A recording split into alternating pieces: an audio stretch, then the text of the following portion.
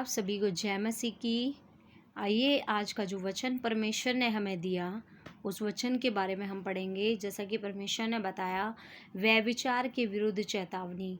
देखिए, आजकल जो शैतान का जो काम फैला हुआ है, शैतान का जो जाल है, वो व्यभिचार के थ्रू लोगों के जीवन में काम कर रहा है ना। तो ऐसे युवा पीढ़ी को हमें बचाना है, उनके लिए प्रार्थना करनी है, क्योंकि आजकल युवा पीढ़ी को ज़्यादा शैतान अपने गलत कामों के लिए इस्तेमाल कर रहा है ना। और युवा पीढ़ी जो परमेश्वर को नहीं जानती, वो इन शैतान के कामों में भरमाने में बहुत जल्दी आ रही है। तो आइए, जो लोग ऐसे गलत कामों में फंसे हुए हैं, उनके लिए परमेश्वर का वचन क्या बताता है। अगर मेरी कोई बहन जो ऐसे काम में फंसी हुई है, या ऐसा कोई भाई है जो ऐसे काम में फंसा हुआ है, वो आज की वीडियो ही आपके लिए है। तो आज ही हमारी वीडियो को एंड तक देखना और वीडियो के एंड तक बने रहना। देखिए, परमेश्वर का भय मान करके आज का वचन ज़रूर सुने, क्योंकि परमेश्वर विलम्ब से क्रोध करने वाला परमेश्वर है और वो कभी भी गुस्सा नहीं करता। जब उसके बच्चे उसके पास आते हैं और उससे माफ़ी मांगते हैं, तो परमेश्वर माफ़ करने में धर्मी है। हालेलुया। तो आइए हम वचन पढ़ेंगे। हे मेरे पुत्र, मेरी आज्ञा को मान। देखिए, परमेश्वर कहते हैं कि मेरी आज्ञा को मान। जो परमेश्वर ने हमें आज्ञा दी है, आप सभी जानते हैं कि परमेश्वर की 10 आज्ञाएं हैं, और इसके अलावा परमेश्वर ने पूरी बाइबल में हमें हर एक चरित्र के द्वारा परमेश्वर ने हमें अलग अलग बातें सिखाई हैं। ठीक है, तो उन बातों से भी हम बहुत कुछ अपने जीवन में बदलाव लेकर के आते हैं। और फिर परमेश्वर कहते हैं, और अपनी माता की शिक्षा को ना तज। हालेलुया। देखिए, अपनी माता, जो हमारी माता हमें शिक्षा देती है, उस माता की शिक्षा को भी हमें छोड़ना नहीं है। परमेश्वर कहते हैं, बल्कि क्या करना है, इनको अपने हृदय में सदा गांठ बांधे रख। हालेलुया। और परमेश्वर कहते हैं, अपने गले का हार बना ले।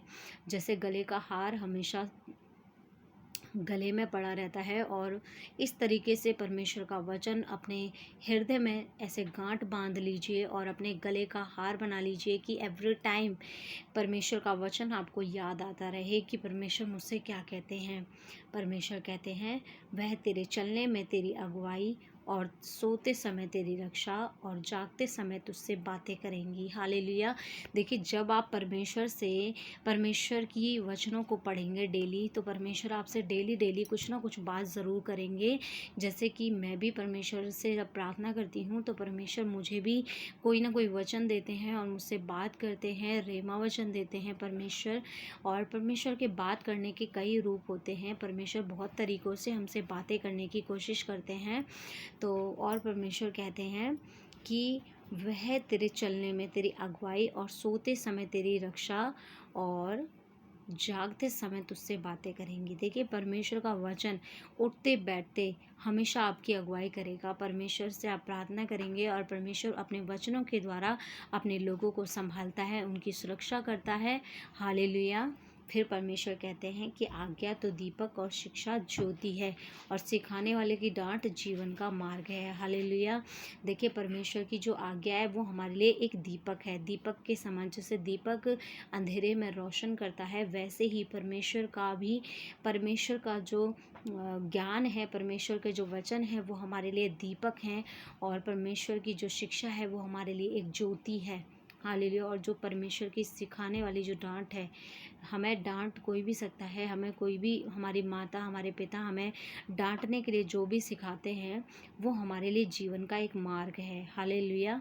फिर परमेश्वर कहते हैं, ताकि तुझको बुरी स्त्री से बचाए, और पराई स्त्री की चिकनी चुपड़ी बातों से बचाए। देखिए, आजकल जो है शैतान का बड़ा ही ऐसा जाल फैला हुआ है, क्योंकि जो शैतान है, वो आजकल लड़कियों को ज़्यादा घेर रहा है, मेरी बहनों को ज़्यादा घेर रहा है ना। बहनों को वो कुछ ना कुछ ऐसे जाल में फंसा रहा है, और बहनें शैतान की चालों को नहीं समझ पाती हैं, क्योंकि ये बात तो परमेश्वर ने स्टार्टिंग में ही बता दी है उत्पत्ति की किताब में ही बता दी है कि स्त्री और सर्प के बीच में बैर उत्पन्न होगा। इसीलिए जो शैतान है वो लेडीज़ से ज़्यादा चिढ़ता है और लेडीज़ को ही वो नरक में धकेलने के लिए लगा रहता है। तो देखिए मेरी बहनों, आपको उठने का समय है और आप उठिए और परमेश्वर के वचनों को पढ़ना शुरू कीजिए, क्योंकि देखिए जब वचनों को आप पढ़ते हैं तो वचन ही आपकी सुरक्षा करते हैं। ठीक है, और परमेश्वर कहते हैं कि जब बहनें सही होंगी तो बहनें अच्छी होंगी, बहनें परमेश्वर के वचन पर चलने वाली होंगी तो वो अपनी सुरक्षा खुद कर पाएंगी। हालेलुया। और देखिए फिर परमेश्वर ने कहा कि देखिए आजकल बहुत सारे भाई हैं, बहुत सारी भाई भी हैं जो ऐसी लेडीज़ों के जाल में फंस जाते हैं, जो चिकनी चुपड़ी बातें करके आदमियों को अपने जाल में फंसा लेती हैं, मेरे भाइयों को फंसाती हैं।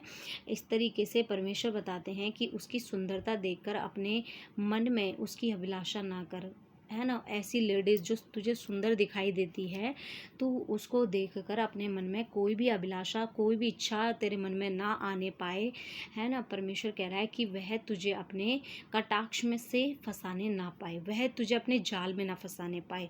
तो आपको बड़ा ही सतर्क रहना है। देखिए जैसे यूसुफ ने देखा कि जब राजा की पत्नी उसके साथ में जब उसको बोलने लगी अपने साथ व्यभिचार के लिए, लेकिन यूसुफ वहाँ से भागा। सेम वैसे ही आपको भी जहाँ पर व्यभिचार की बात हो, आपको वहाँ से तुरंत भागना है। हालेलुया। फिर परमेश्वर कह रहे हैं कि क्योंकि वैश्यागमन के कारण मनुष्य टुकड़ों का भिखारी हो जाता है। देखो परमेश्वर ने कितनी बड़ी बात कही है कि अगर जो कोई ऐसे भी काम करता है तो वो टुकड़ों के भिखारी हो जाते हैं। तो ये एक ऐसा काम है जिसके कारण आप टुकड़ों के लिए भी मोहताज हो सकते हैं। फिर परमेश्वर ने कहा परंतु व्यभिचारिणी अनमोल जीवन का अहेर कर लेती है। देखिए जो व्यभिचारिणी स्त्री होती है वो क्या करती है, वो अनमोल जीवन का भी क्या कर लेती है, अहेर कर लेती है, मतलब ख़त्म कर देती है। परमेश्वर कहते हैं कि बहुत सारे ऐसे भाई हैं जो कहते हैं कि नहीं हमें कुछ नहीं हो सकता, नहीं हमें कुछ नहीं होगा, हमारे साथ चाहे कितनी भी लड़कियां काम करे कुछ नहीं होता।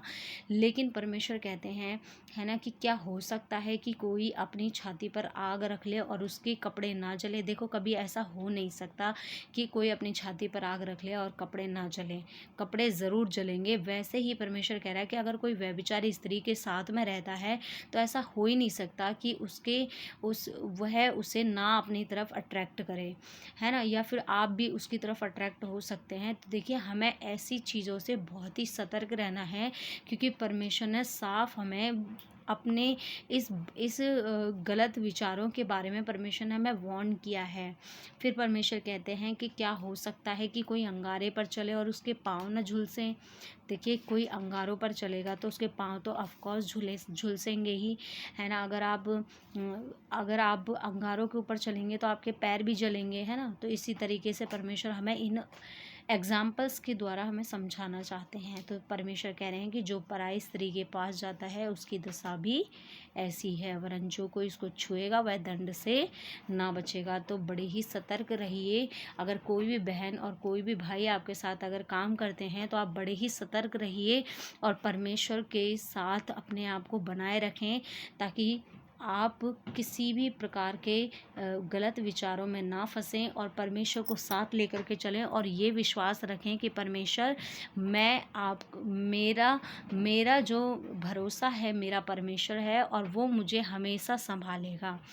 तो इसी तरीके से आपको परमेश्वर के ऊपर पूरा भरोसा रख करके चलना है और परमेश्वर से ही पूछते हुए हर काम को करना है। ठीक है। और ऐसी जो बहनें हैं, जो अगर आपको ऐसा लगता है कि अगर किसी बहन की वजह से अगर मैं किसी व्यभिचार में जा रहा हूँ तो आप प्लीज़ वहाँ से दूर हो जाएं। अगर आपको ऐसा लगता है कि मैं किसी भाई की वजह से अगर व्यभिचार में जा रही हूँ तो आप वहाँ से दूर हो जाएं और वहाँ से भागें। जैसे यूसुफ वहाँ से भागा वैसे ही आप भी वहाँ से भागें। हालेलुया। मैं आशा करती हूँ इन वचनों के द्वारा परमेश्वर ने आपको बहुत आशीष दी होगी। सभी को जय मसीह की।